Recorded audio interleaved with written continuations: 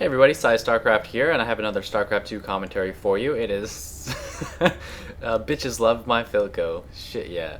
It is going to be a Zerg versus Zerg on Xel'Naga Caverns. We have myself, Psy, top right, green Zerg, against Hawk, bottom left, blue Zerg. And you can see Viola Koic is spectating. We were doing some practice games with Hawk. He's a very good Zerg player, top 200 I believe.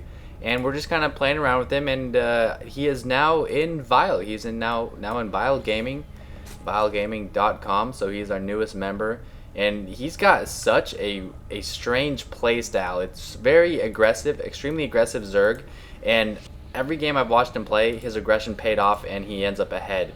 So if you're playing ZVT, expect a lot of roaches and Zerglings and Banelings early on. If you're playing ZVP, I don't think I've actually seen ZVP, but if you're playing ZVZ, a lot of one-base builds. He likes the one-base builds, but this was a game we played maybe a week ago.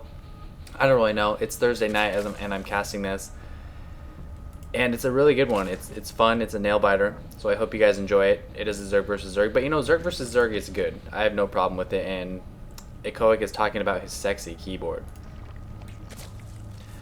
So last Friday, I did have a fan game. Oh, this! I'm so fucking funny. Anyhoozle. Everything is almost identical. His gas is a bit sooner. Anyway, last Friday I had a fan game where I did a one-on-one fan game with a lot of spectators, and I casted it live. Well, I didn't get a chance to do that this Friday, but this weekend I will be on StarCraft 2 quite a bit, most likely. And if anyone is on and I'm feeling in the mood, you know, I might just invite all of you to a free-for-all game or a one-on-one spectators game or something like that, and I'll try to get a good commentary out of it, because that last live game was a lot of fun. I had a lot of fun with it, and I think people enjoy seeing me. They like being in my channel and whatnot, so I'll try to get that done again. Spawning pool. Okay, so small detail. See how he's ahead by one harvester? That's because at 15, instead of making an overlord, he made a drone, and at 15 I made an overlord, and then I made my drone afterwards. So his drone is going to come out a little bit sooner, but we can see my Zerglings are going to be out sooner. So this is going to allow me to let's say both Zerglings are going to run to the enemy base. My Lings are going to be about right here when his come out. His are going to be about right here, and that's going to give me the advantage. I'm going to be able to run by and get scouting on him first. So while he has a slight eco advantage, I'm going to have a scouting advantage and a slight map control advantage. So I don't know, I just prefer getting the Overlord on 15. And if you guys are reading the chat, I'm not racist. I haven't read what I was saying. I just know it had to do with pretending to be racist, but not racist, just think racism is really, really funny. Dude, it's like 4 a.m. Bob Saget. I'm going to bed after this. Calm down, dude. But anyway, yeah, see, look at this. Oh, I'm so smart. I don't even remember this game.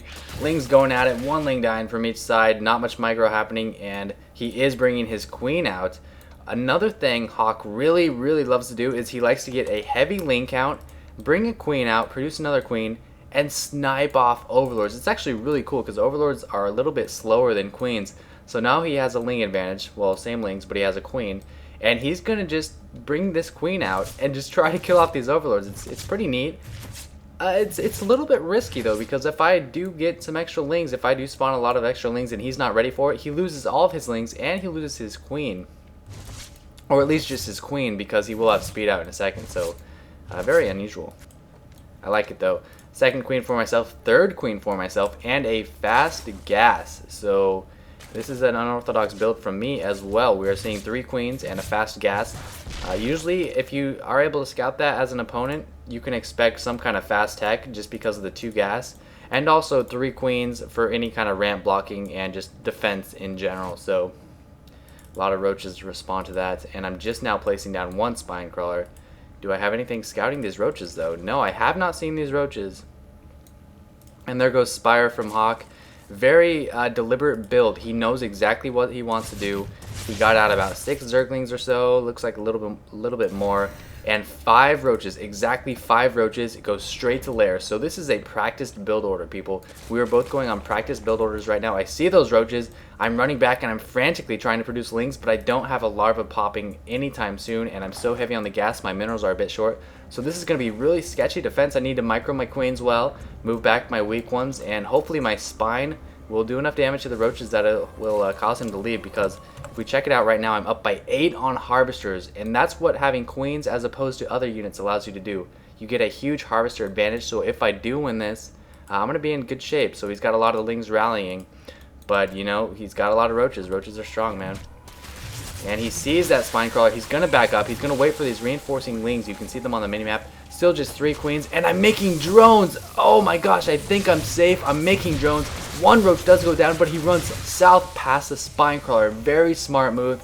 Can't kill the spine crawler. I had too much inject. It just wouldn't have been a good idea to try to kill the spine. Now uprooting. One has completed. The second one completed. They're both trying to uproot into a defensive position. Not really working too well. So much damage going down. One transfuse going on the queen. The queen's still weak. Did I lose any drones?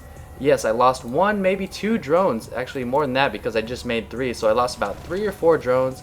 Looks like I might be okay. And here comes the Spire. But his roaches are in great position. He's just maneuvering around the side, trying to pick off some queens. Spire now taking some damage. Do not want to lose that. That is my trump card. If I don't get my Spire out, big trouble. Another transfuse going on the queen. This queen backing out, microing. Drones getting in the mix. And this is what I mean. Hawk knows how to make his units useful. He got very aggressive, had a low drone count, but he's making it work. He's now up by 6 on harvesters. Finally, a batch of lings pop out. I got a bit too greedy when I saw him popping out, or coming up. And I got way too many drones, not enough zerglings, and as a result he's now hugely ahead in the harvester count. Now the greatest thing about this build from Hawk is look at the Spire timings. You would think, okay, I turtled up, I got gas really fast, and he attacked me with roaches. I should be ahead. Not really. I mean, in the tech I should be ahead. Not really. I'm getting 6 mutas, he's getting 6 mutas. I was only 100 gas ahead of him, and that's because he got 6 roaches. And by 100 gas, I mean I'm able to get the upgrade, and he's not. So right now I'm like, dude, that attack did pretty well, but I've got him out-teched. I should win this game. Little do I know, his Spire was up at the exact same time as mine, so that was just, it's a really good build. This guy, he knows his ZVZ. I don't know if there's a way to get a hold of Hawk replays, but if you can, you need to watch them because he is a ZVZ expert. I feel safe saying that. I've played him several times, and he's really good. He's really good. Here come the mutas, and I was like, oh my god, are you serious? Luckily, when his roaches attacked, I did save every single queen, so I'm proud of that micro. I'm very proud of that micro. And there's a couple ways the game can progress from here. We can just have an all-out massive air battle, or one player can try to transition into ground, roaches, hydras, and infestors. But we're seeing, as of now, it's just going to be a massive air battle. I'm continuing to make mutas because I like the mobility of the mutas. Now, at this point in the game, I'm thinking he's got an advantage. I believe I have not seen that expansion. He's got an advantage, but I'm going to choose mutas for mobility because I know he can't come into my base. I've got 3 queens with nice energy and a 4th queen coming, so my base is nice and secure, while he still only has 2 queens. So I feel like being mobile and having map control with pure mutas as opposed to pure muta corruptor is a little smarter at this point, and he is chasing me off. Corruptor's doing very well against mutas with 2 armor, reduces their glaive by quite a bit. +1 almost completing, and now we can see that the strategy that I just discussed is unfolding. I want mobility, and I want to defend my base, so I will be harassing, not him. Evolution Chamber is supporting that theory. We'll be putting down a spore pretty quick here, I believe.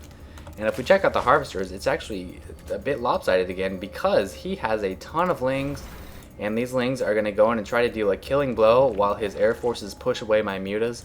Are they going to be able to do it? Looks like he's sending in his air forces first, and as he's coming in the middle, I'm sending my mutas along the outside. Now corruptors, keep in mind, 2.95, 3.75, so the corruptors will take a long time to get back here. So that's not good for him. 4 queens out, 5th queen coming, still no spore crawler, so that evolution chamber was up, but I totally forgot to get a spore crawler, and this is what I mean by mobility. He has no mobility in these units, and I have plenty of defenses, so I can attack his base freely, and he cannot attack my base freely without support. He's got a lot of links, so that's going to help a lot. But if he just had these mutas against 5 queens, that'd be terrible for him. So now I'm running into his base, going to snipe the queen. There is a second queen. He's not paying attention. He's microing in the main. He wants to focus down these queens with these lings. That is extremely important. Ling's not doing too much. I have a nice funnel in the mineral line. Meanwhile, I want you guys to notice he is losing everything in his main. And I'm confident in this base. I feel like I can defend this. Transfusion, transfusion. Losing that queen. Transfusion on that queen. Another one. Another one. Oh my god, just look at the queen's health soar. Meanwhile, I am pumping some mutas trying to support. There are a lot of zerglings here coming out from both players. And now he's producing 22 more lings. I had a couple of lings coming out as well, and you can see I did win the ling war eventually with the support from the queens. And he is down very low on his air count, while I have killed every single drone. +1 mutas against all these drones. Both queens are dead. He's now down to 2 harvesters to 28 harvesters. I was able to harass him. He wasn't able to harass me simply because I produced enough queens against his air army. So he came out with an early lead, but I feel like I played a little bit more strategic from then on out. And you know, the base race didn't work out for him because he just didn't have any base defenses, while I did. We can see he's got an air army here, but I'm just waiting to clean that up. I'm killing everything I can. 0 harvesters from him, 27 from me. These lings are actually being really annoying though, so. Sniping some spores. What, he's got 6 mutas against 1 corruptor from me and 10 mutas, plus my units are +1. His units are weak. One of my mutas is weak. Queen popping out, injecting. Do I still have drones? No, we're actually both completely out of drones. So, oh my gosh, this is so close. He only has 60 minerals. He's producing a queen. Does he have any drones yet? Still no drones. And this is going to be it. You can't run from mutas with the corruptor. They are just too darn slow. But man, that game was a handful to cast. 2 more corruptors and a lot of lings coming out as well. 5 lings. Just picking away at these spore crawlers.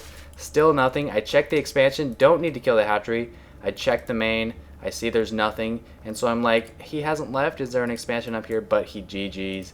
Man, that was intense.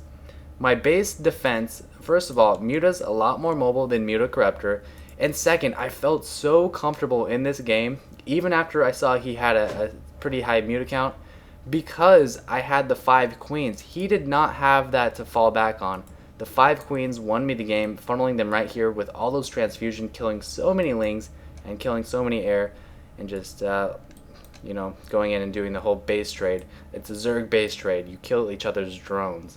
But I hope you guys enjoyed it. I hope you learned a lot. That's a very strong Hawk build. I feel like he didn't follow it up the best he could. He tends to follow up aggression with aggression when I don't really think that's the best choice with Zerg. But, you know, he makes it work. But anyway, hope you guys enjoyed it. That's all. Thanks for watching. Be on tomorrow. I will try to get a live cast for you. So, peace.